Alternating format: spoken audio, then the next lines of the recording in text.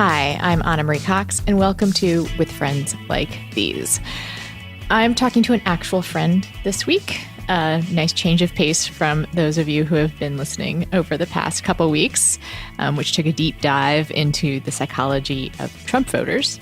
My friend on the show this episode is Jon Ward. He is a political correspondent for Yahoo News. He has a book coming out next year, which is a narrative history of Ted Kennedy's decision to challenge Jimmy Carter for the presidency in 1980. And he has a new podcast called The Long Game that, quote, looks at the lost art of solving problems through the lens of institutions. I've wanted to have Jon on the show for a while because he is a friend like these. He's someone who I did not have a ton in common with at first. I think when we first met, besides both being journalists. But we've come to be pretty good friends, primarily because we share, and I hate this phrase, a faith journey. He grew up as an evangelical Christian, and I've just been kind of, circling the drain around evangelical Christianity. And he's been a real source of strength and hope and inspiration for me as I figure out what my relationship to religion is. And he's one of the few people I feel like in Washington that I can talk really frankly about the role of Christ in my life and the role that I might want to play in being Christ-like. So he and I talk kind of frankly about that particular issue. But it's funny, conversations take turns you don't expect. And my conversation with Jon wound up going down a road that I hadn't planned, but I think is pretty valuable for listeners to the pod. I won't describe it too much, except to say he jokes about not being vulnerable enough during the course of our conversation, but I think he got plenty vulnerable. And I hope that those of you who are listening with critical ears can open your hearts to someone that didn't start out in the same place that you did, but now is closer.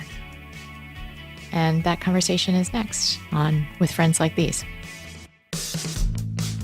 So I kind of wanted to start with something that might be a little uncomfortable, but that's the show. So, which is that one time you and I were talking about your faith. You're an evangelical Christian. And I said something about somebody else in our, professional circle knowing that. And you were like, does everybody know that about me? And I was like, yeah, actually they do. And you seemed like, did you know that? Like that's something that like...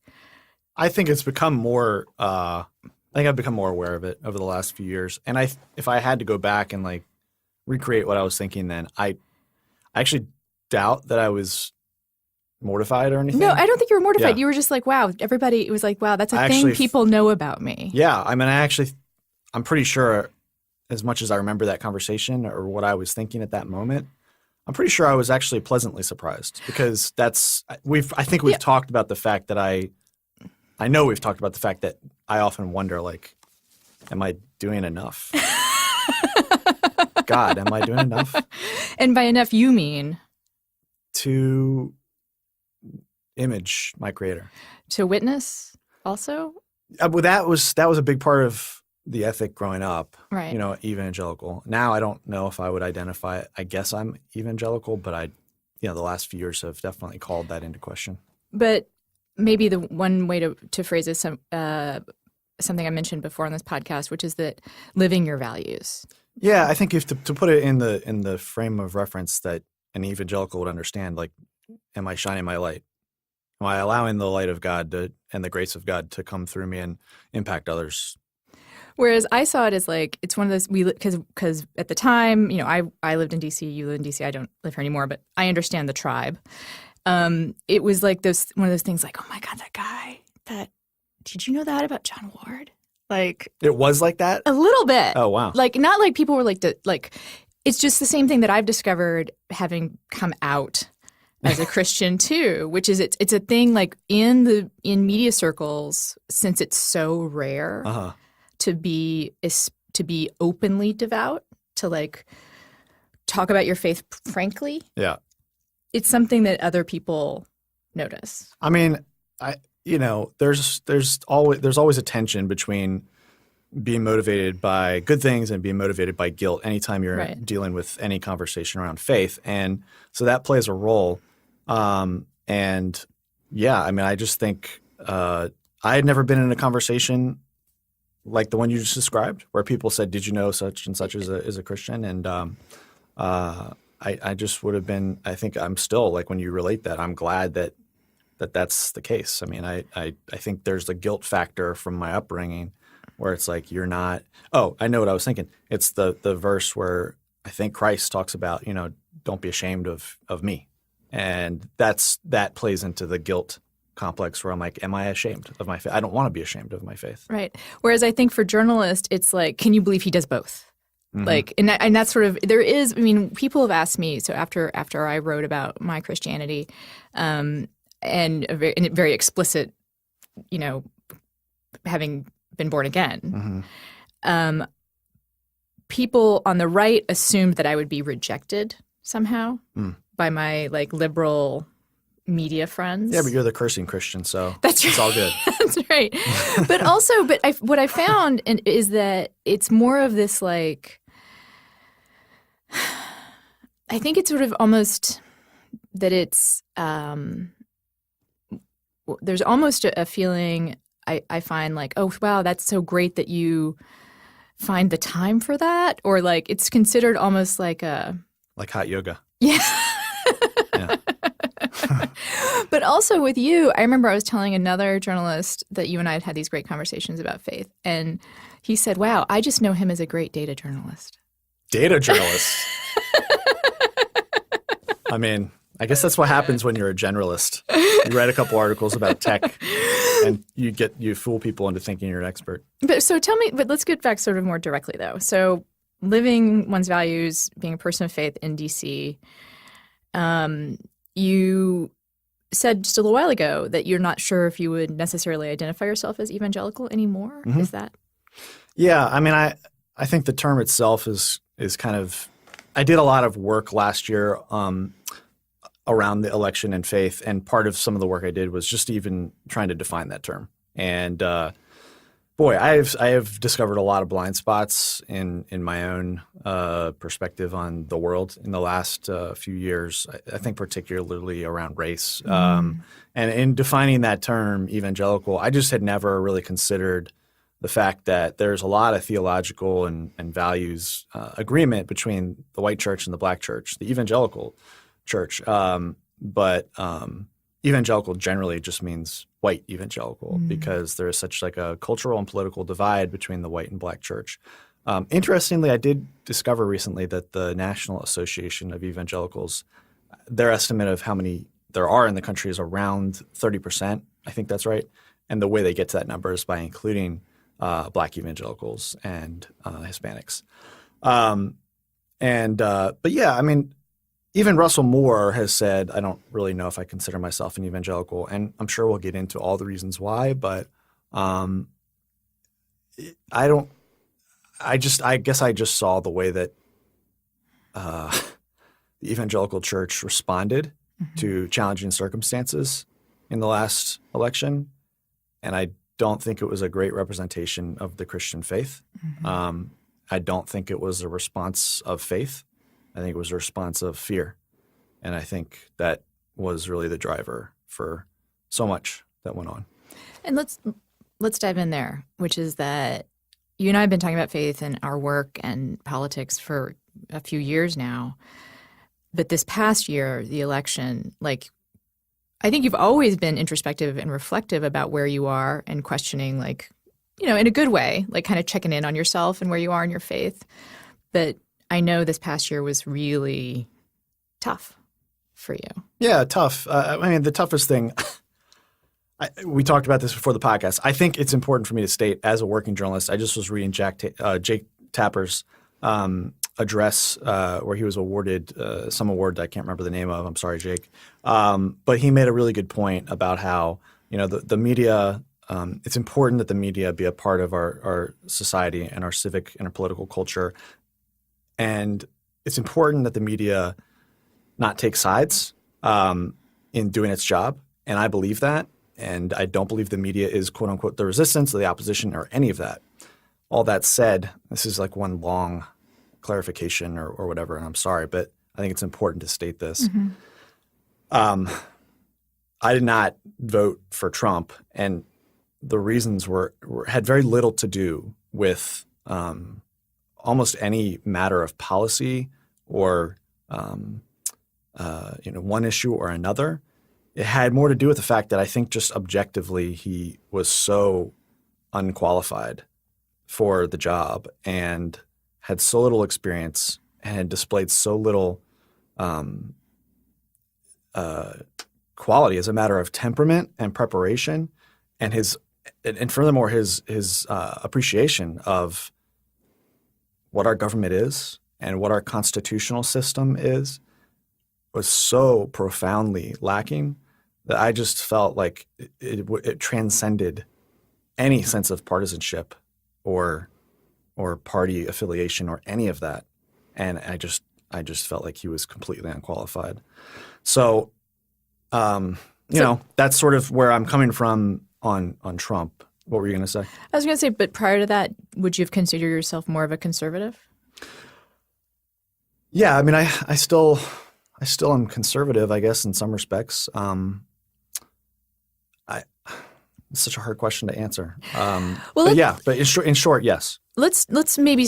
But I also think that the job of the government primarily is to provide for the national defense and to help people who are in need of help. You're not going to find an argument for me on those two points. And maybe the argument, I actually think what American politics should be about is just the extent to those answers to those questions. I wish what our government debates were about, our policy debates were about agreeing on those two goals and then arguing about how to get there. But that's unfortunately, I don't think that's what we're doing right now. I'm not sure if we even agree on those goals. But maybe another way to frame this conversation, because I'm really just trying to get at like the thinking that you've had, over the past year and a half or so as we've been checking in. And maybe the way to start is, when did you this question of being an evangelical? Yeah.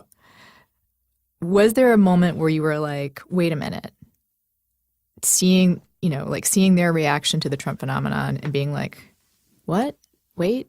I think I saw elements of it before he got in, or maybe the summer he got in. Conversation with one family member in particular. I don't think there has to be a lot of.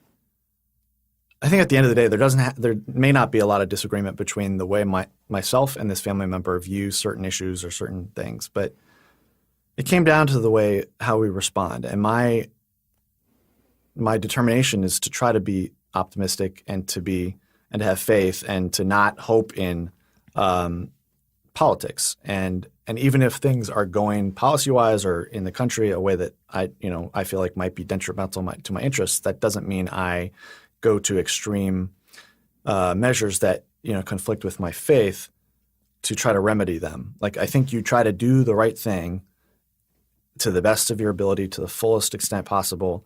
And if it doesn't work, you have to trust God. Mm-hmm.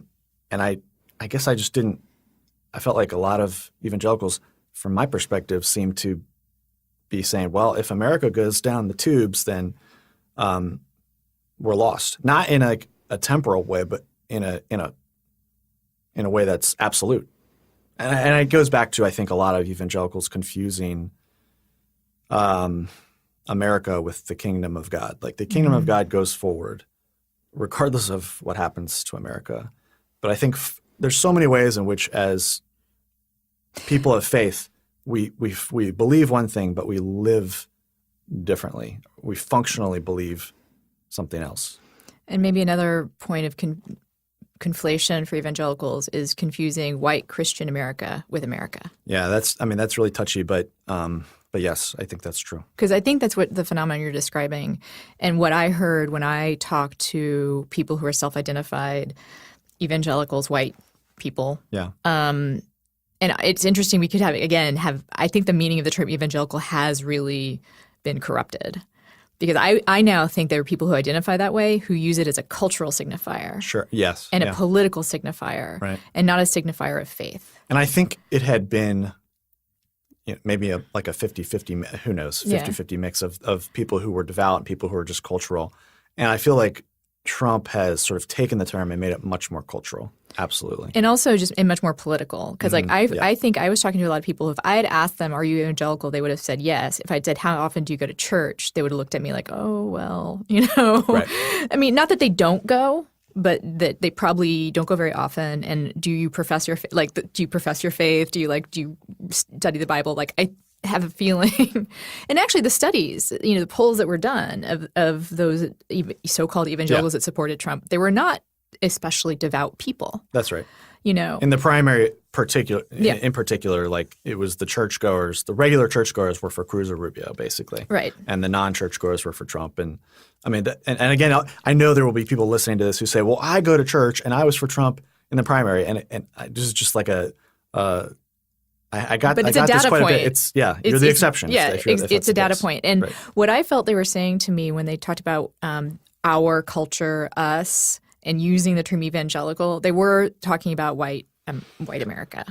And they were feeling under attack, and they were feeling like we have to do something to save our culture. Yeah. And they may have been thinking evangelical culture. If I'd said, what culture are you referring to, I don't think they would have said like white supremacy, Yeah. But I think it's so multi-layered and complex, and I know people who may not be sympathetic to this point of view may not want to hear that it's complex, but it is. I think there are a lot of people, white evangelicals, who are just good people, and they're not overt racists. The thing I've become much more aware of over the last few years is just all the ways in which inequality and white supremacy have sort of been institutionalized over the last century, and that's been a real journey for me over the past few years. And I just think, the white evangelical church thinks very much in individualistic terms. It doesn't think in terms of systems. Yeah. It's not the way we think theologically. The whole faith is based on a one-to-one relationship, an individual relationship with Christ. So it's not, they don't think in terms of systems. Right.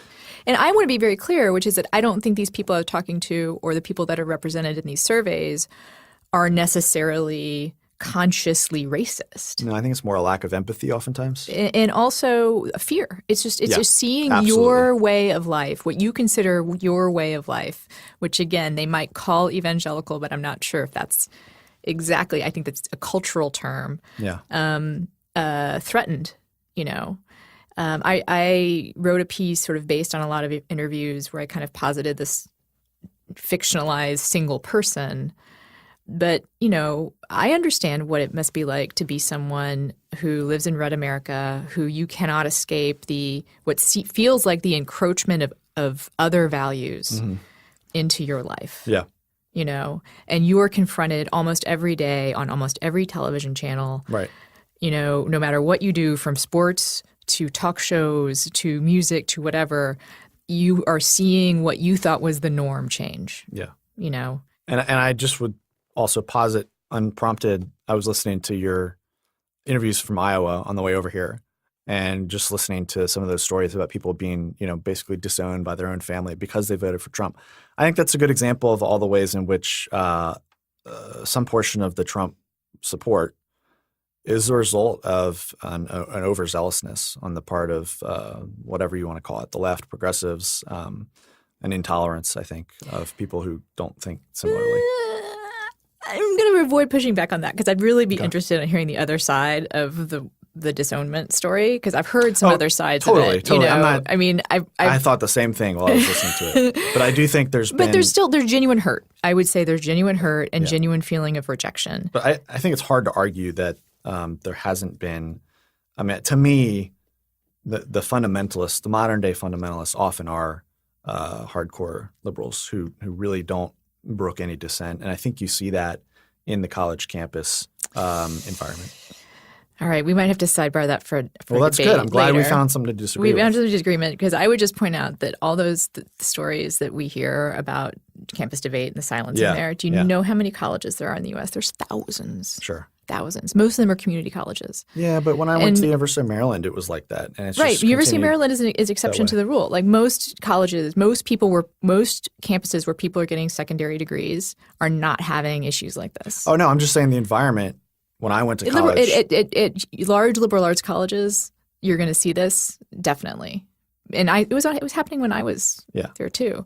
And part of me just wants to be like, that's the nature of being in your 20s, is that you are super, mobilized and super sensitive. And what needs to happen is grownups need to be there to try and figure out the balance between hurt feelings and free speech. Yeah.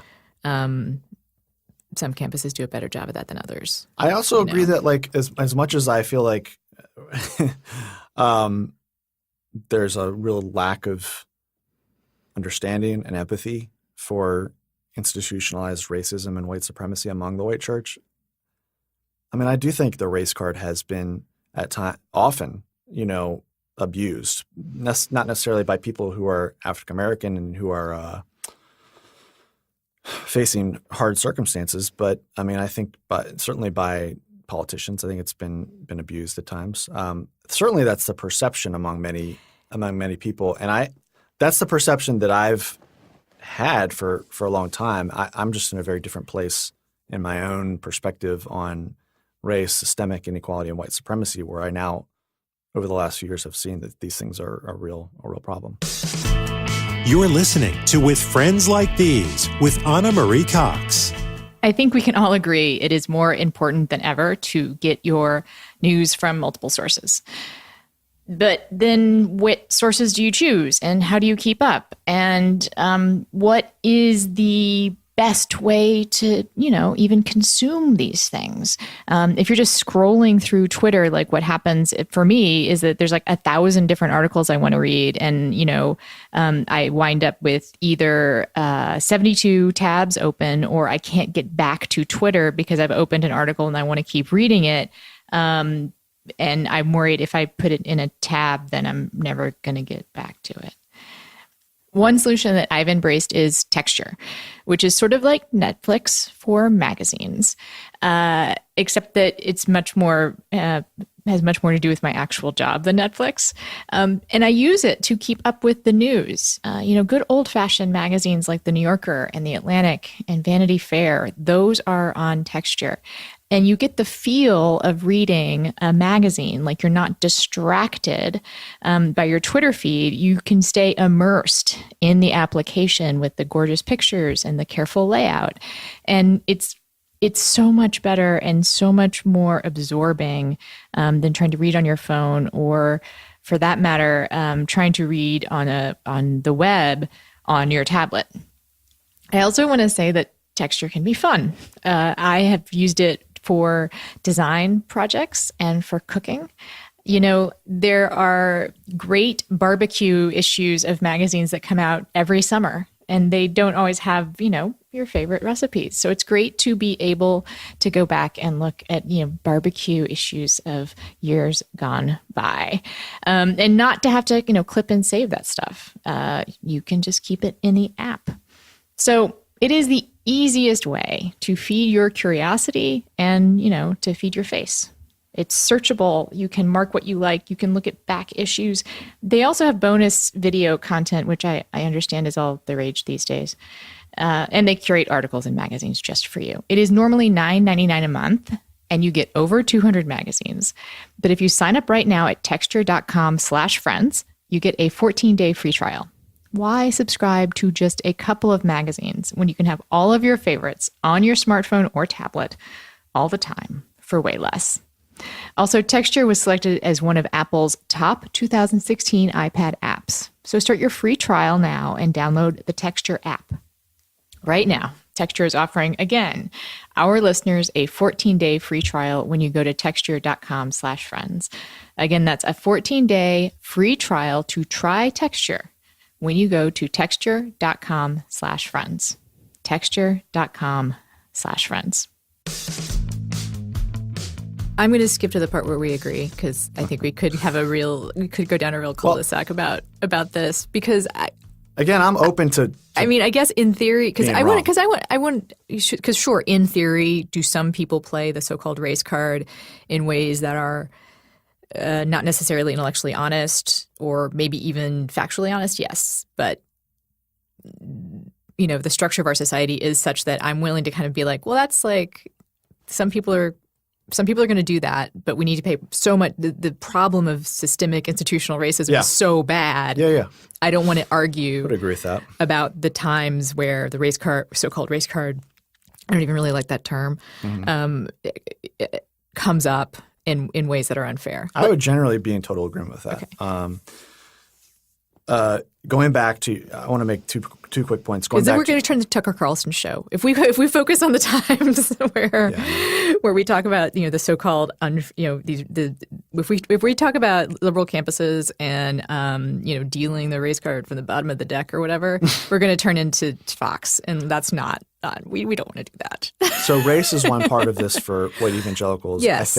I think you just can't underestimate the extent to which changing mores on same-sex marriage, gay marriage, transgender bathrooms. I was about to say that. Played a huge role in electing Trump. And I don't know. I think if you're not from the evangelical world, it's hard to understand the way in which so many people in that world have, for a long time, sequestered themselves away from people who aren't like them. Mm-hmm. And I think to see Obergefell, happen at the Supreme Court level was a real shock. And I think a lot of people had just sort of put their fingers in their ears and hoped that things would, not keep going the direction they were. And I think a lot of people freaked out. Because, you have this train of thought that thinks, well, our churches are going to have to, hire gay pastors or whatever, or else they're going to be shut down. Our pastors are going to be thrown in prison. There's this whole chain of thinking out there. So that's a big part of it as well. But I feel like you really want to get me to be vulnerable, and I'm not doing it. So let me try harder. Well, you've intuited you're intuitive, if not actually being vulnerable. Because I mean, what I'm really thinking I'm scared would be interesting. Well, thank you. I'm scared of being vulnerable. Well, this is a safe space, John. It's like a college campus in here. Except for these microphones. Well, I mean, rather than focus on getting vulnerable, let's just try to talk about what happened, right? Which is that I'm in a weird place though. I've been a straight journalist for however many years, 16 years, and I'm kind of moving out of that, sort of, but I don't ever want to leave that element of my work behind. And so I'm unsure of how much I can say publicly about my own personal feelings, even though that's probably a totally outmoded way of thinking about everything. Well, I think you've put out already your disclaimer about the media is not part of the resistance, which I would agree with. It only is in the sense that the media should be based in facts, and sometimes and sometimes that seems itself to be an act of resistance. Yeah, our job is to be a check on power. That's right. But that doesn't matter, right, regardless of who's in power. Exactly. But many people feel like the press did not do that during Obama, and in many ways the press did do that. But in many ways the press was very friendly to Obama. I get it. I do as well. I see that. But I want to say you've laid out your disclaimer. Yeah, disclaimer after disclaimer. And also you have a body of work to look at that people can see the work that you've done, which has been just, for the most part, incredibly detailed reporting and analysis. So I'm trying to tell you, I think it's okay if you give your opinion here, especially because what I want to talk about is what I know is there, which is that this idea that seeing the evangelical church respond the way that it did in this election caused you to think more closely about what your own faith was telling you. Mm-hmm. And and I don't know if it matters what you call it. I think it does matter to you, though. Like I don't really know what to call my particular flavor of Christianity. I've decided it doesn't really matter. Sure. But it must matter a little bit to you, more than a little bit. Like whether I call myself evangelical? Yeah. I haven't really agonized over it. I don't really care. I never thought of myself as an evangelical that much before the last few years, to be honest. It was just as I kind of did more reporting on it that I began to realize, okay, this is kind of where I come from. Mm-hmm. And I kind of agree with you, actually, that it doesn't, in some senses, it doesn't matter. At the same time, I'm like in this one of the rabbit holes I'm going down in my personal faith journey is talking to people who are more creedal and liturgical about how much forms of worship matter, and because I definitely feel like a huge lack in the evangelical culture is its disassociation from the past, its lack of building on ancient traditions, and that's something the Orthodox churches and what are, I guess, called Christian Reformed churches, and obviously the Catholic Church have a lot of. So, I don't feel like I'm answering your question, though. That's okay. We can just cut all the stuff that's not interesting. But again, rather than think about how to be vulnerable, what I'm trying to get you to do is just to talk about what's happened for you. I know you are. So I'm trying to maybe ground it in just a linear narrative, like a chronological. Like the problem is knowing which thread to pick up and where to start. Because there's the race thread. There's it seems like the race thread is the one I know you've not only done personal thinking about, but done some reporting on. So sure. Let's start there. I think a couple years ago, when Black Lives Matter really picked up in Ferguson, I would have been a more typical white guy, response, and pretty ignorant of institutionalized racism, of all the ways in which it's systemic, and pretty unsympathetic to the Black Lives Matter point of view. And I think I would have. I don't think I would have. I did. I kind of bristled at the idea of why, what is all this? Why don't all lives matter? That kind of response? Yeah, I don't remember necessarily going to bat hard on that, but yeah, basically. And I kind of went through this, roller coaster of going back and forth on it. I would see, video come out. I mean, the Walter Scott video was one really just vivid example. Where it's just so clear what's happening. And then when you have this pattern of these videos popping up over and over, it's, obviously not – it's obviously a pattern of some sort. But then, I would see stuff like the protesters who interrupted Bernie Sanders, and I'd be like, well, that's not – I don't really agree with that.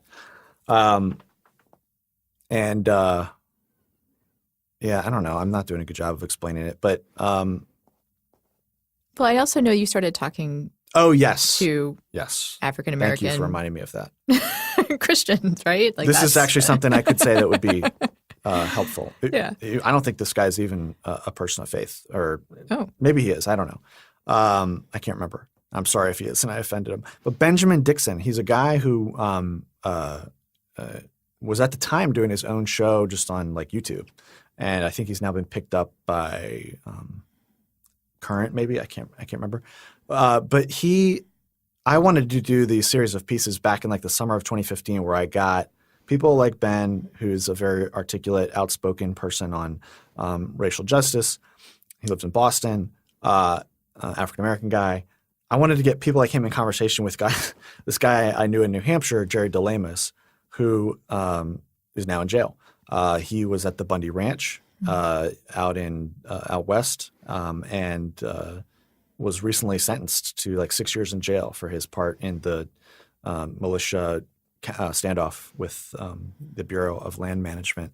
I had met Jerry doing reporting on the Tea Party in New Hampshire, and he was a really kind, good person, and he had certain ideas about the government that they didn't like. Anyway, I wanted to get them in conversation with people. So part of that process with each other, part of that process was just talking to Benjamin. And in doing that, I think that was just it was just the cumulative nature of talking to him that I think disarmed my natural defensiveness as a white dude, where my own ignorance was my own fault, but because of my ignorance, I looked at the whole conversation on race, and I was threatened by it, and I was scared of it, and I thought, well, if I have this conversation, like, what is on the other side? Like, what? I'm not a racist. Like, what do you want from me? And so just I think just having conversations with Ben was the first step to taking away the mirage of the boogeyman, where it's like, well, I don't think I had any tangible thoughts of what it would mean to enter this conversation. It was just the fear of the unknown and the fear of. I think that's we've talked about it on the show before, which is that being called a racist is the white person's kryptonite. Like it's fear. It's like, I don't want to look too far into this because I might be implicated. I think that's a really common underlying fear for people with privilege. And I don't remember consciously thinking I don't think that. it's necessarily conscious. I think it's just what you were sort of talking about, your resistance to even thinking through the systemic issues. Yeah. And I think that's the one, a problem with trying to get people to look at systems is that they're so big and we are implicated in them. And you kind of have to get over your own part in it. And that's often through single conversations. That's often through conversations with someone who can just talk, who can, hold your hand a little bit. Yeah. But talk a little bit more about what happened. Well, no, I think it was just getting me past that that defensiveness that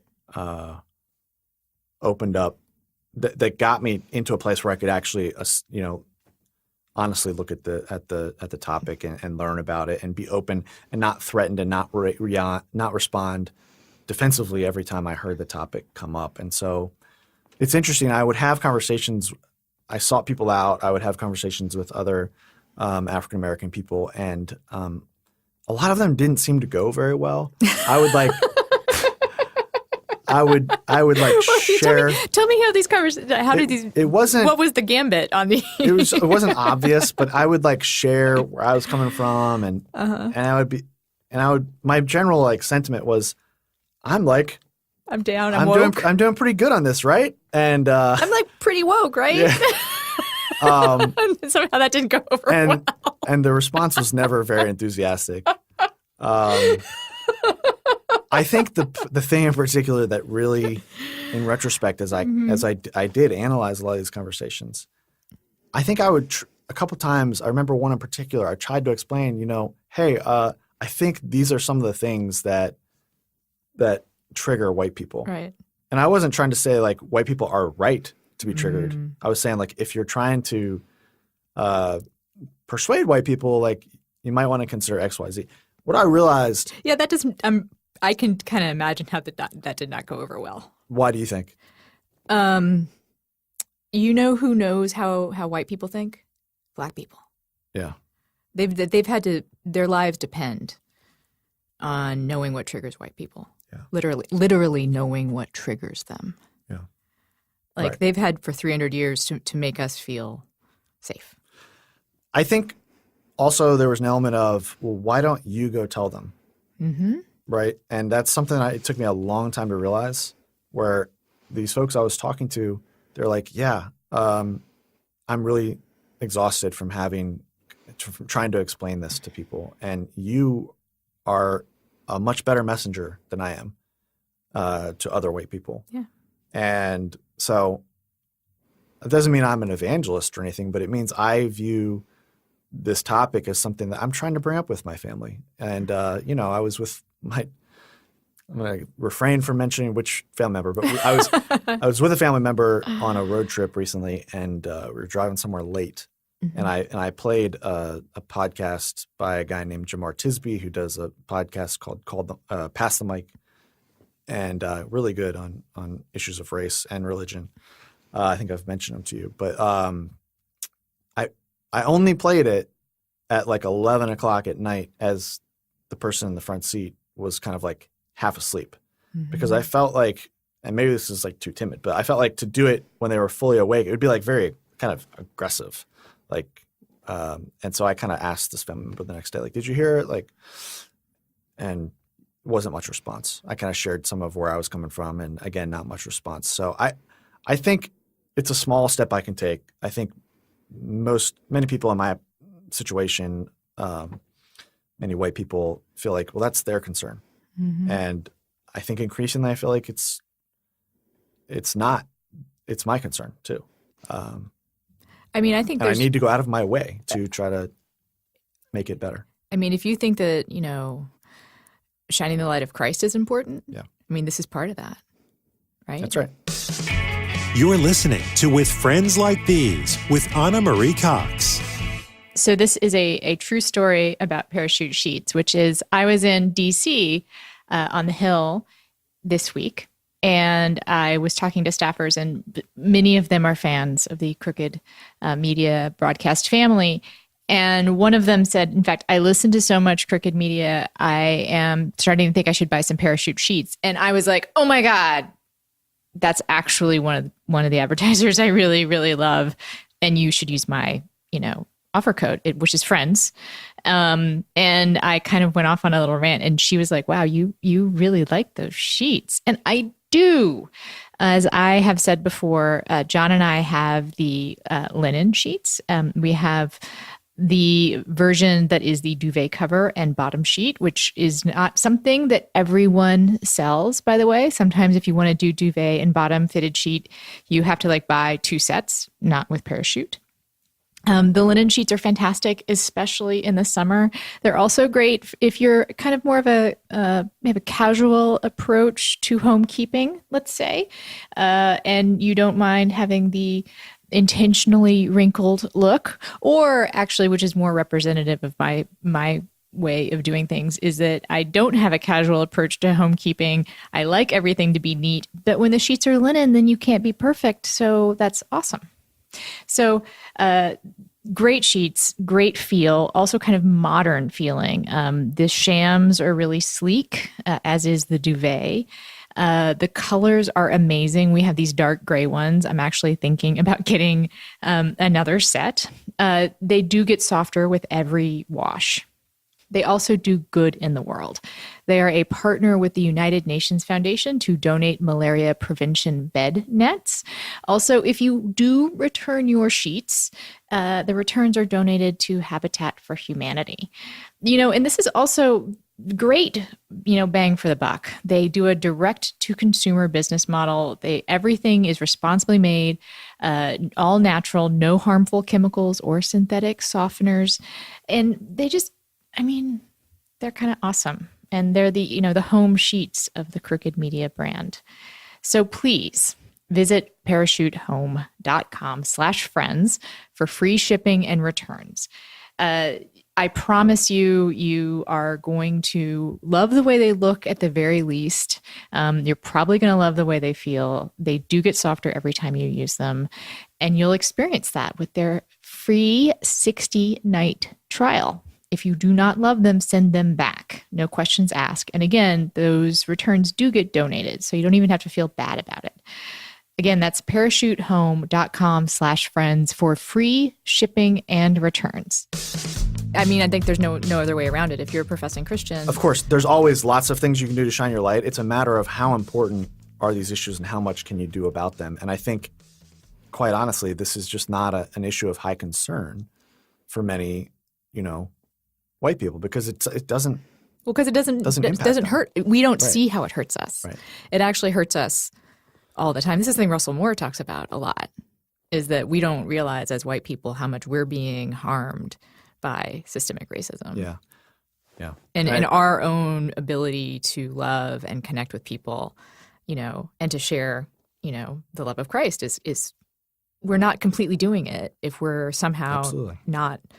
It's a huge black mark on, to use a term that you brought up earlier, on our witness, that we're not showing unity between, that we're allowing skin color and economics and all of the things to divide us. We're supposed to be unified. And I think, if the American Christian evangelical church really does feel like, and I know it does feel like it's swimming upstream and facing headwinds. I know a lot of people feel like they're facing persecution. I think that's ridiculous, but facing cultural headwinds. Cultural headwinds for sure. Yeah, I agree with that. And if that's the case, like the white church has a lot to learn from the black church because the black church has been through much worse.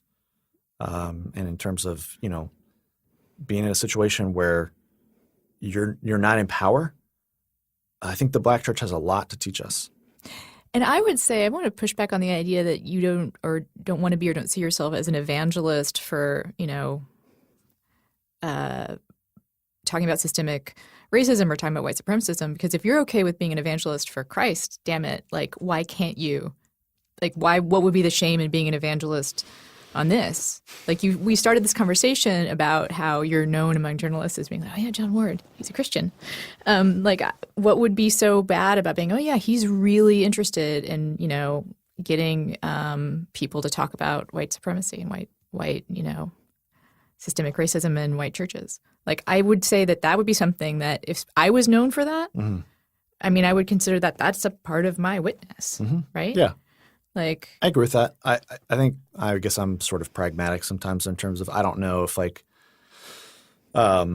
if that's anytime you're known for only one thing, right. It becomes hard to be effective on that sometimes unless you're an advocate like lobbying lawmakers. I don't know.